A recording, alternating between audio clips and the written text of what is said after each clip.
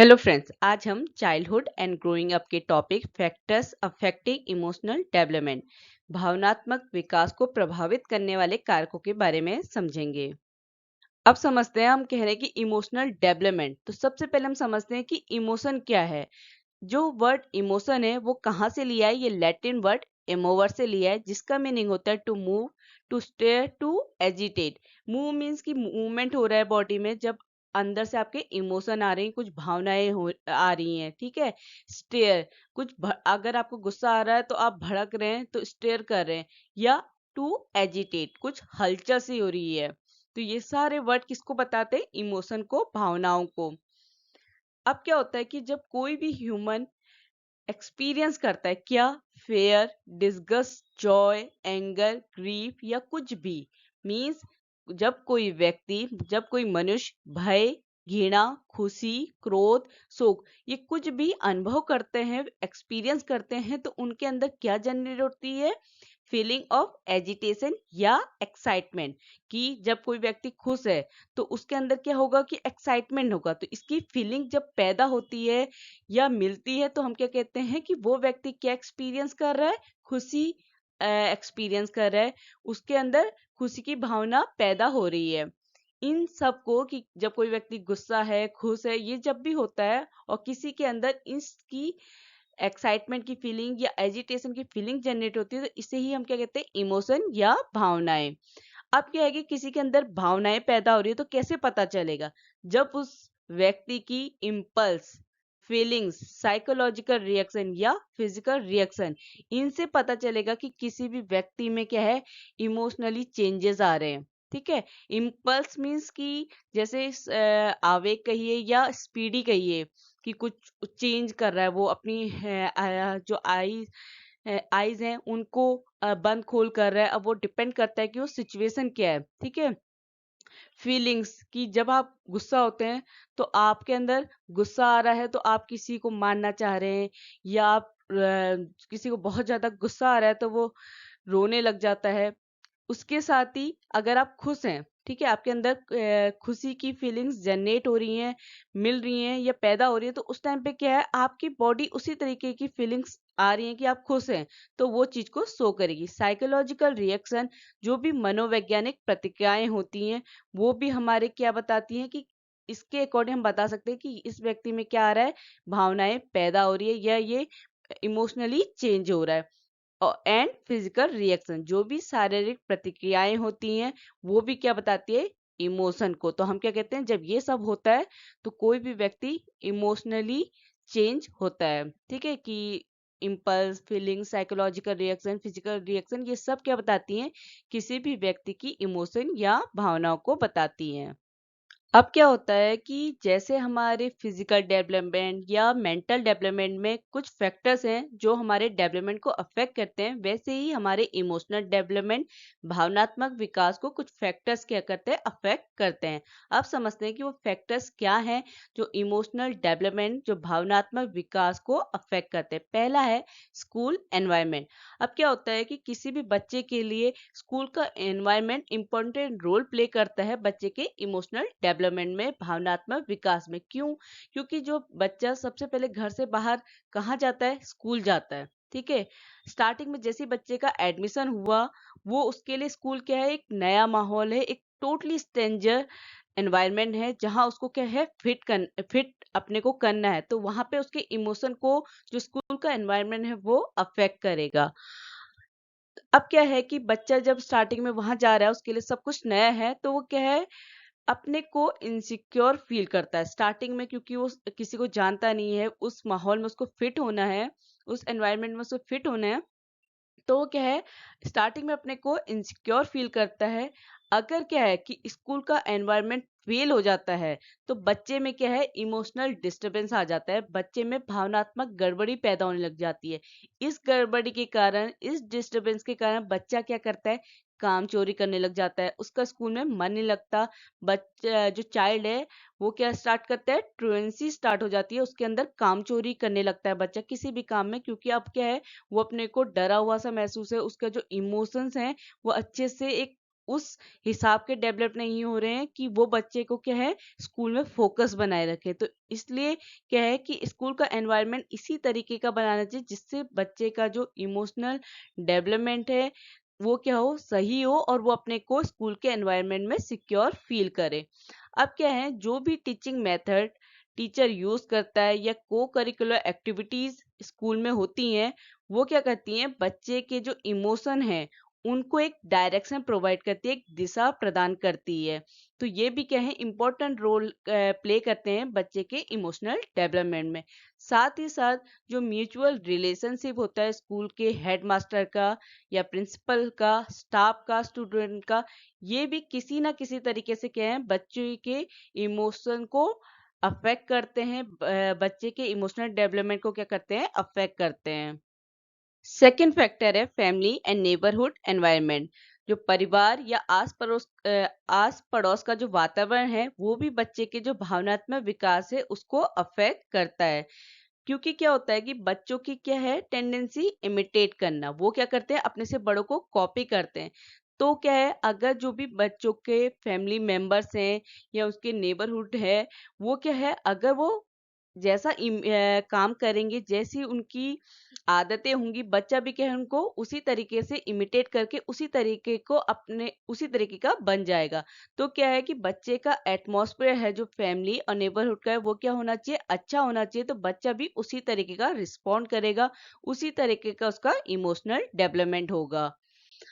अब क्या है कि जो अदर कंपोनेंट है जो फैमिली एनवायरनमेंट के वो क्या है economic condition of the family and social status and size कि जो भी बच्चे की फैमिली की इकोनॉमिक कंडीशन है, अगर फैमिली की इकोनॉमिक कंडीशन अच्छी होगी तो बच्चे का इमोशनल डेवलपमेंट उसी तरीके का होगा जैसी उसकी इकोनॉमिक कंडीशन होगी। सोशल स्टेटस ये भी क्या करता है बच्चे के इमोशनल डेवलपमेंट में रोल प्ले करता है। साइज जितनी बड़ी फैमिली है, किस तरीके के फैमिली मेंबर का बिहेवियर है, ये भी बच्चे के इमोशन को अफेक्ट करते हैं। अब क्या है कि कुछ कभी कभी क्या होता है कि जो फैमिली का नेगेटिव एटीट्यूड होता है, नकारात्मक रवैया होता है, वो बच्चे के क्या है भावनात्मक विकास को, इमोशनल डेवलपमेंट को क्या करता है बिगाड़ देता है, उसके बैलेंस को बिगाड़ देता है। उससे क्या होता है अगर क्या है किसी परिवार में लड़ाई झगड़े हो रहे हैं, ठीक है, बच्चा उसी तरीके का देखेगा। अगर वो डर गया, उसको ये लगा कि मेरे पेरेंट्स तो लड़ते रहते हैं, तो उसका जो इमोशनल डेवलपमेंट है उस हिसाब का होगा। तो उसका जो बैलेंस है वो क्या हो जाएगा डिस्टर्ब हो जाएगा। तो फैमिली का जो एटीट्यूड है वो हमेशा क्या होना चाहिए पॉजिटिव होना चाहिए, जिससे बच्चे का जो इमोशनल डेवलपमेंट है वो भी क्या हो प्रॉपर तरीके से हो। तीसरा फैक्टर क्या होता है हेल्थ एंड फिजिकल डेवलपमेंट, स्वास्थ्य एंड शारीरिक विकास। अब क्या होता है कि जो हमारी फिजिकल डेवलपमेंट है या हेल्थ है ये एक दूसरे से क्या होती हैं रिलेटेड होती हैं। क्योंकि अगर किसी बच्चे की अच्छी हेल्थ है तो उसका उतना ही अच्छा फिजिकल डेवलपमेंट होगा। अब क्या होता है कि कभी कभी हमारे कुछ एक्सटर्नल या इंटरनल डिफेक्ट जो कभी कभी कुछ बाहरी या आंतरिक दोष क्या करते हैं इमोशनल प्रॉब्लम क्रिएट करते हैं, भावनात्मक समस्याओं को पैदा करते हैं। इससे क्या होता है कि बच्चा क्या है अपनी डिसीज या बैड हेल्थ के कारण अपने को इमोशनली अनस्टेबल फील करता है या वो इमोशनली अनस्टेबल हो जाता है। अगर क्योंकि उसके अंदर डिफेक्ट है तो वो क्या है अपने को इमोशनली अनस्टेबल फील करेगा। अब क्या है क्योंकि ऐसा होता है कि जो इमोशनल डेवलपमेंट है वो हमारे जो बॉडी की ग्लैंड्स हैं, जो हमारी इंटरनल ग्लैंड्स होती हैं, उनका फंक्शन अगर सही तरीके से हो रहा है तो उतना ही सही क्या होगा इमोशनल डेवलपमेंट होगा। अगर हमारी डिफेक्टिव फंक्शनिंग हो रही है हमारी ग्लैंड की तो हमारा इमोशनल डेवलपमेंट सीज या डिक्रीज हो जाएगा। जो हमारा भावनात्मक विकास है वो क्या हो जाएगा रुक जाएगा या घट जाएगा। क्योंकि फॉर एग्जांपल जैसे डोपामिन है जो हमारे ब्रेन में सीक्रेट होता है, इस ये क्या किस चीज के लिए रिस्पॉन्सिबल होता है डोपामाइन। डोपामाइन हमारे जो भी जब हम खुश होते हैं या हमारे अंदर सेटिस्फेक्शन की जो इमोशन डेवलप हो रहे हैं इसके लिए डोपामाइन क्या होता है रिस्पॉन्सिबल होता है। तो हम क्या करें कि हमारी जब ब्रेन में डोपामाइन सीक्रेट होता है तो हम क्या करते हैं अपने को सेटिस्फाई फील करते हैं। तो इसीलिए हमारे इमोशनल डेवलपमेंट के लिए, भावनात्मक विकास के लिए हमारी बॉडी की जो ग्लैंड का फंक्शनिंग है, जो ग्लैंड की फंक्शनिंग होती है वो नॉर्मल होनी चाहिए। डिफेक्टिव फंक्शनिंग क्या करती है? इमोशनल डेवलपमेंट को, भावनात्मक विकास को सीज या डिक्रीज कर देती है, रोक या कम कर देती है। इसलिए इनकी फंक्शनिंग नॉर्मल होना बच्चे के इमोशनल डेवलपमेंट के लिए इम्पोर्टेंट होता है। फोर्थ फैक्टर है इंटेलेक्चुअल इफिशियंसी। अब रिसर्चर्स ने क्या देखा कि किसी भी व्यक्ति की emotional development and intellectual efficiency क्या है, या किसी भी व्यक्ति की इंटेलिजेंस जो बौद्धिक है, बुद्धि है, वो क्या है, एक दूसरे से को रिलेट होती है। क्योंकि अगर कोई इमोशनली डिस्ट्रेस है या फ्रस्ट्रेट है तो उसकी इंटेलेक्चुअल इफिशियंसी, बौद्धिक दक्षता में क्या आएगी? बाधा आएगी। क्योंकि कोई भी अनहैप्पी पर्सन या चाइल्ड, चाहे वो व्यक्ति है या कोई बच्चा है, अगर वो खुश नहीं है तो वो अपने किसी भी काम पे फोकस नहीं कर पाएगा, अपने कोई भी टास्क को पूरा नहीं कर पाएगा, चाहे वो फ्रस्ट्रेशन क्या हो, बहुत कम भी हो, तब भी उसकी जो इंटेलेक्चुअल इफिशियंसी है वो क्या होगी? अफेक्ट होगी। और छोटी सी सक्सेस भी क्या है, वो इस प्रभाव को क्या करेगी, इस इन्फ्लुएंस को क्या करेगी? इंक्रीज करेगी। क्योंकि क्या होता है, चाहे फ्रस्ट्रेशन हो या सक्सेस हो, क्वालिटी पॉइंट ऑफ व्यू से, मात्रा के उससे भी आप ये समझिए कि अगर कोई व्यक्ति फ्रस्ट्रेट है या कोई खुश है तो वो क्या है, उसके टास्क है, उसके काम को अफेक्ट करेगी। क्योंकि क्या है, कोई इंटेलिजेंट पर्सन है, वो क्या है, किसी भी सिचुएशन को कंट्रोल कर सकता है अपनी लॉजिक पावर से, थिंकिंग पावर से। क्योंकि उसका जो इमोशन है वो एक प्रॉपर डायरेक्शन में, वो अपने इमोशन को एक प्रॉपर डायरेक्शन में यूज कर सकता है। इसलिए हम कह रहे हैं कि स्मॉल सक्सेस भी क्या करती है, इसके इफेक्ट को, इसके इन्फ्लुएंस को क्या करती है? इंक्रीज करती है।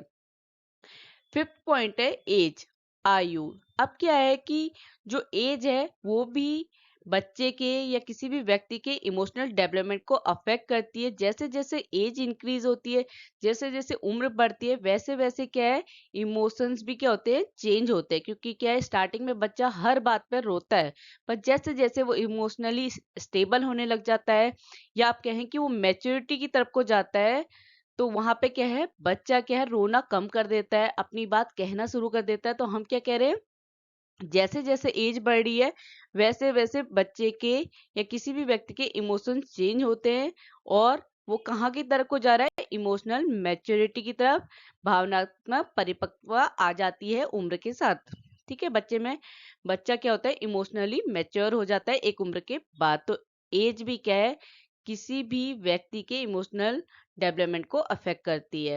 छठा फैक्टर है सोशल डेवलपमेंट, सामाजिक विकास। अब क्या होता है कि जो सोशल और इमोशनल डेवलपमेंट है, ये क्या है, एक दूसरे से रिलेटेड है। अगर किसी बच्चे में सोशल डेवलपमेंट हो रहा है तो उसमें क्या है, इमोशनली डेवलपमेंट भी होगा। ये एक दूसरे से क्या है, रिलेटेड या एक दूसरे पे डिपेंडेंट है। अगर क्या है कि कोई बच्चा सोशल माल एडजस्ट है या सोशली अनडेवलप है, मतलब वो अनसोशियल है, तो क्या है कि वो अपने इमोशन रिलेटेड बहुत सारी प्रॉब्लम फेस करेगा। इसीलिए हम कह रहे हैं कि बिना सोशल डेवलपमेंट के इमोशनल डेवलपमेंट नहीं हो सकता, क्योंकि एक की एब्सेंस में दूसरा कंप्लीट नहीं हो सकता। इसलिए ये दोनों एक दूसरे पे क्या है, डिपेंडेंट है। सोशल डेवलपमेंट इमोशनल डेवलपमेंट को अफेक्ट करता है, इमोशनल डेवलपमेंट सोशल डेवलपमेंट को अफेक्ट करता है। तो इसीलिए हम कह रहे हैं कि अगर बच्चे क्या है, सोशली डेवलप है, तो उसका इमोशनली डेवलपमेंट भी अच्छे से होगा। अगर वो सोशल अनडेवलप्ड है तो बहुत सारी प्रॉब्लम को फेस करेगा। सेवेंथ फैक्टर है एटीट्यूड ऑफ पेरेंट्स। जो माता पिता का रवैया है वो भी बच्चे के इमोशनल डेवलपमेंट को क्या करता है? अफेक्ट करता है। जो इमोशनल बिहेवियर है बच्चे का, उसको क्या करता है? अफेक्ट करता है। चाहे वो कैसा हो, कि अगर जो पेरेंट्स है वो बच्चे को नेग्लेक्ट कर रहे हैं या घर से बहुत टाइम तक दूर रह रहे हैं, और कुछ पेरेंट्स क्या होते हैं, वो अपने बच्चों के लिए ओवर वरीड होते हैं, बहुत ज्यादा डर रहता है उनको अपने बच्चों के लिए। या कोई पेरेंट्स डिसीज की बात कर रहे हैं, बीमारियों की बात बच्चों के सामने कर रहे हैं, बच्चों को न्यू एक्सपीरियंस प्रोवाइड नहीं कर रहे हैं, नए अनुभव प्रदान नहीं कर रहे हैं। ये सारे एटीट्यूड जो पेरेंट्स के होते हैं वो बच्चे के इमोशनल डेवलपमेंट को, इमोशनल बिहेवियर को क्या करते हैं? अफेक्ट करते हैं। इसी हिसाब से बच्चों का इमोशनल डेवलपमेंट होता है, जैसा पेरेंट्स का एटीट्यूड होता है टुवर्ड्स चिल्ड्रन। इसके बाद आता है फैटिग्यू।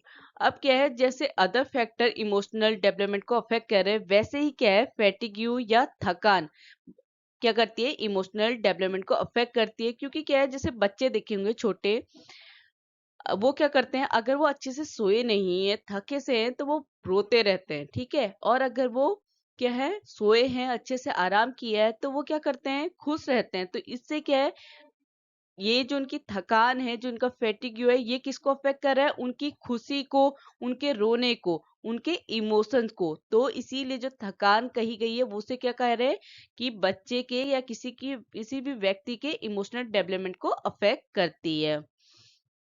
9 फैक्टर है बिहेवियरल प्रॉब्लम्स, जो व्यवहार संबंधी समस्या है, वो भी क्या है, इमोशनल डेवलपमेंट को अफेक्ट करती है। जैसे कोई भी किशोर है, एडोलसेंट है, वो क्या है, अपना जो भी उसकी चॉइस का प्रोफेशन है, उसको अचीव करने में वो फेल हो गया, तो वो क्या है, अनहैप्पी रहेगा, दुखी रहेगा। ये भी क्या है, बच्चे के या उस एडोलसेंस के इमोशनल डेवलपमेंट को अफेक्ट कर रहा है। या कभी कभी क्या होता है कि कुछ बच्चों के पेरेंट्स क्या है, उनके प्रोफेशन को लेके उनके बीच में मतभेद रहते हैं, कन्फ्लिक्ट रहते हैं, तो ये भी क्या है, अफेक्ट कर रहा है डेवलप इमोशनल डेवलपमेंट को।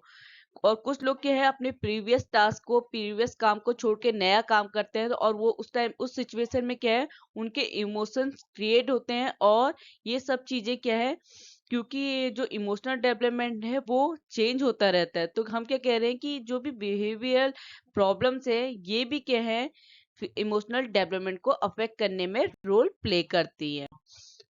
अदर्स फैक्टर्स क्या है, कि जो भी ये फैक्टर अभी तक मैंने बताए, इनके अलावा क्या है, aspiration level, social status of child, obstacle in task, poverty, ये अदर फैक्टर भी क्या है, इमोशनल डेवलपमेंट को अफेक्ट करते हैं। कि कैसा बच्चे का एस्पिरेशन लेवल था, आकांक्षा का स्तर था, सोशल स्टेटस ऑफ चाइल्ड, बच्चे की कैसी सामाजिक स्थिति थी, ऑब्स्टिकल इन टास्क, उसके कार्यों में जो भी बाधाएं आएंगी, या पोवर्टी, गरीबी, ये सब भी क्या है, इमोशनल डेवलपमेंट को अफेक्ट करती हैं।